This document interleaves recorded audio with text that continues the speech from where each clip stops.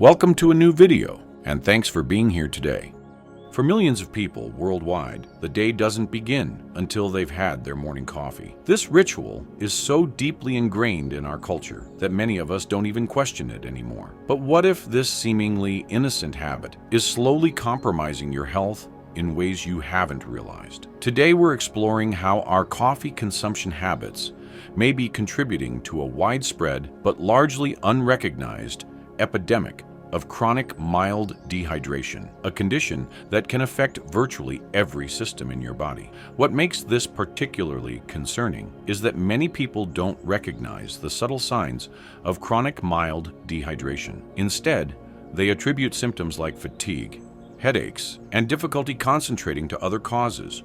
Or worse, they try to combat these symptoms with more coffee, potentially creating a vicious cycle. To be clear, this video isn't about demonizing coffee entirely. Coffee contains beneficial antioxidants and has been associated with several positive health outcomes. Rather, it's about understanding how coffee affects your body's hydration status and how to enjoy this beverage in a way that doesn't compromise your health. As with any health information, individual responses to coffee vary, and those with specific health conditions should consult healthcare providers about their particular needs. Let's dive into what the science really tells us about coffee and hydration. Coffee and diuresis. Separating fact from fiction. For decades, conventional wisdom held that coffee was a significant diuretic, a substance that increases urine production and potentially leads to dehydration.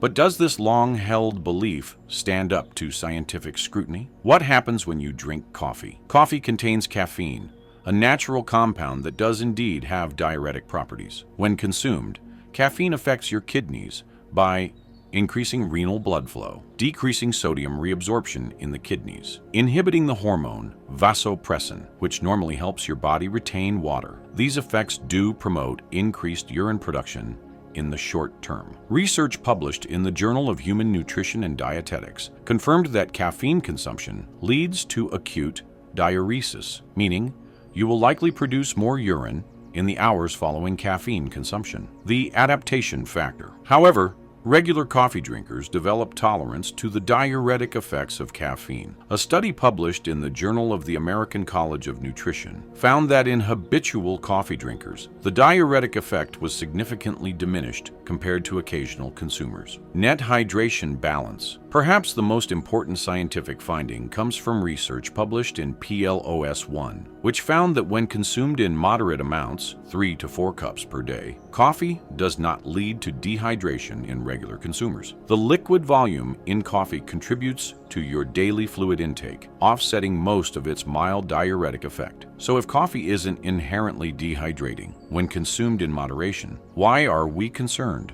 about a hidden epidemic of dehydration? The answer lies not in coffee itself, but in how our coffee habits affect our overall hydration patterns. The real problem: coffee displacement effect. The true issue with coffee and hydration is what researchers call the displacement effect. This occurs when coffee consumption directly reduces the intake of plain water and other hydrating beverages. How coffee changes drinking patterns. Several studies have documented that higher coffee consumption is associated with lower plain water intake. The reasons include limited drinking capacity throughout the day, feeling satisfied after consuming coffee, mistakenly counting coffee as equivalent to water, busy schedules that prioritize caffeine for productivity over proper hydration.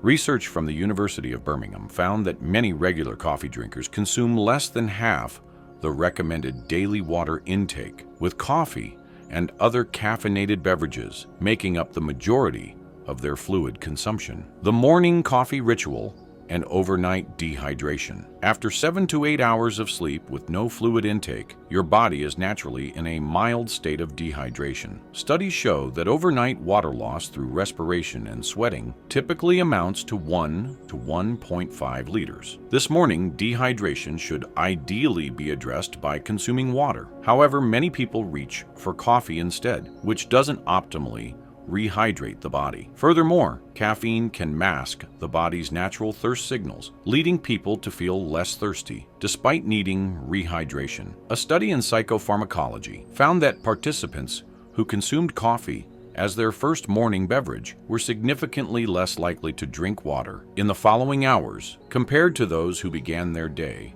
with water. If you're finding this information valuable, please take a moment to subscribe to our channel for more evidence-based health content that challenges conventional wisdom. Your support helps us continue creating videos that explore the nuances of nutrition and hydration that affect your daily well-being. The subtle signs of chronic mild dehydration. Many symptoms of chronic mild dehydration are often misattributed to other causes or, ironically, treated with more coffee. Research from the University of Connecticut found that even mild dehydration, a body water loss of just 1 to 2%, can trigger significant symptoms. Cognitive effects. You may be blaming on other causes.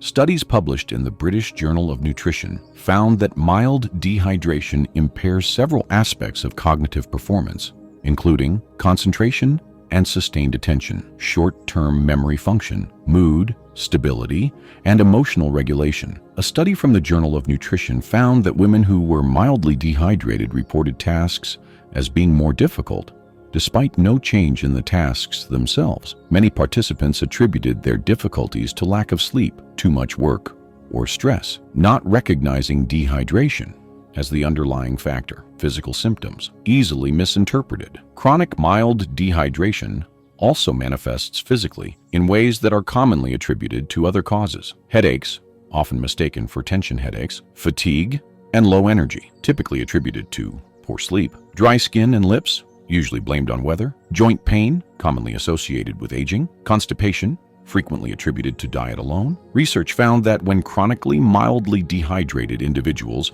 increased their water intake for 2 weeks, 67% reported reduced headache intensity and frequency, and 79% experienced improved energy levels, all without changing their caffeine consumption. Thirst perception issues. Perhaps most problematically, research has shown that regular coffee drinkers often experience altered thirst perception.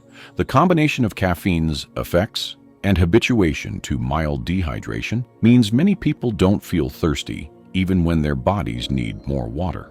A study from Loughborough University found that adults who regularly consumed more than 400 milligrams of caffeine daily showed reduced sensitivity to thirst signals compared to low or non-caffeine consumers, a phenomenon researchers have termed voluntary dehydration. Finding balance: how to enjoy coffee without compromising hydration. The good news is that you don't need to completely give up coffee to maintain proper hydration. Research supports several practical strategies. The water before coffee rule. One of the most effective approaches comes from research published in the Journal of Human Nutrition and Dietetics. The study found that individuals who consumed a glass of water before their morning coffee maintained significantly better hydration markers throughout the day. This simple habit addresses the overnight dehydration issue and prevents coffee from becoming the primary morning fluid. The 1-to-1 ratio strategy. Another evidence-based approach is the 1-to-1 ratio strategy, consuming 1 glass of water for every cup of coffee. Research found that this approach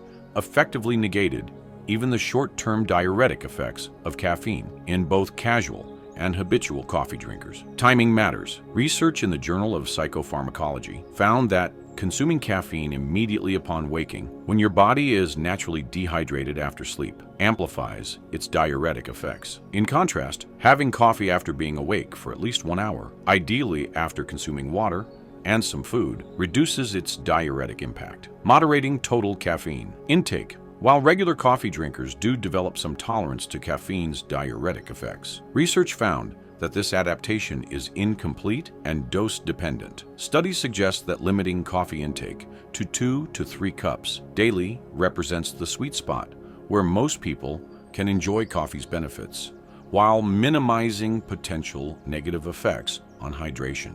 As a conclusion, a balanced perspective. The evidence suggests that while coffee itself isn't as dehydrating as once believed, the way it influences our broader drinking patterns can lead to chronic mild dehydration with significant health implications. The key takeaways include: coffee has mild diuretic properties, but regular drinkers develop partial tolerance to these effects. The liquid in coffee does contribute to daily fluid intake, but not equivalently to plain water. Coffee often displaces water consumption, which is the primary issue. Morning coffee consumption can delay rehydration after overnight fluid losses. Many symptoms attributed to other causes may actually stem from chronic mild dehydration. Simple strategies like drinking water before coffee and maintaining a 1-to-1 water-to-coffee ratio can help maintain proper hydration. By being mindful of these effects and implementing evidence-based strategies, you can continue to enjoy your daily coffee while ensuring that it doesn't compromise your hydration status and overall health. Thank you for watching this video. If you found it informative, please subscribe to our channel for more evidence-based content that examines popular health beliefs with scientific rigor.